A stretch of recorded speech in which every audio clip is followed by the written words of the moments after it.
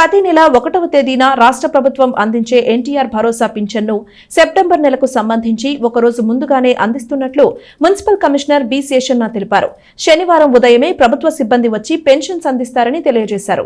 తెనాలి పట్టణంలోని 40 వార్డుల్లో గల వృద్ధులు, వికలాంగులకు ప్రతి నెల 1వ తేదీన ఇచ్చే పెన్షన్ ఈసారి ఒకరోజు ముందుగానే పంపిణీ చేస్తున్నట్లు కమిషనర్ బండి శేషన్న తెలిపారు.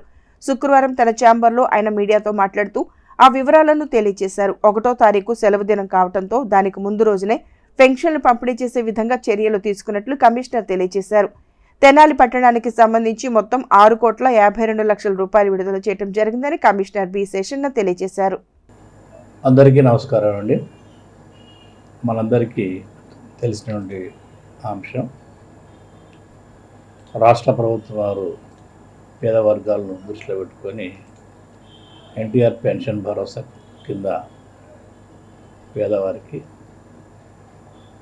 వృద్ధులకు, డిజేబిలిటీ వాళ్ళకు, వితంతువులకు ఇలా 16 రకాల గ్రూపులకు సంబంధించినటువంటి వారికి పెన్షన్లు 4,000 నుంచి 15,000 వరకు ఆయా కేటగిరీస్ని బట్టి ఇస్తూ ఉంది. ప్రతి నెల 1వ తారీఖున పెన్షన్ల పంపిణీ కార్యక్రమం జరుగుతుంది.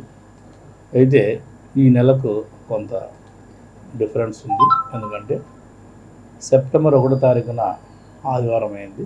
అందువల్ల వీళ్ళందరినీ దృష్టిలో పెట్టుకొని ప్రభుత్వం వారు 1వ తారీఖున సెలవు దినం కాబట్టి ఆ రోజు పెన్షన్స్ యొక్క డిస్బర్స్మెంట్ కొంత ఆలస్యం అవుతుంది, సోమవారం అయితే అని చెప్పేసి సెప్టెంబర్ 1వ తారీఖున కాకుండా ఆగస్టు 31వ తారీఖుననే, అనగా రేపు శనివారం నాడే ఒకరోజు ముందుగానే ఈ యొక్క ప్రక్రియ కావాలనేసి ఆదేశించున్నారు.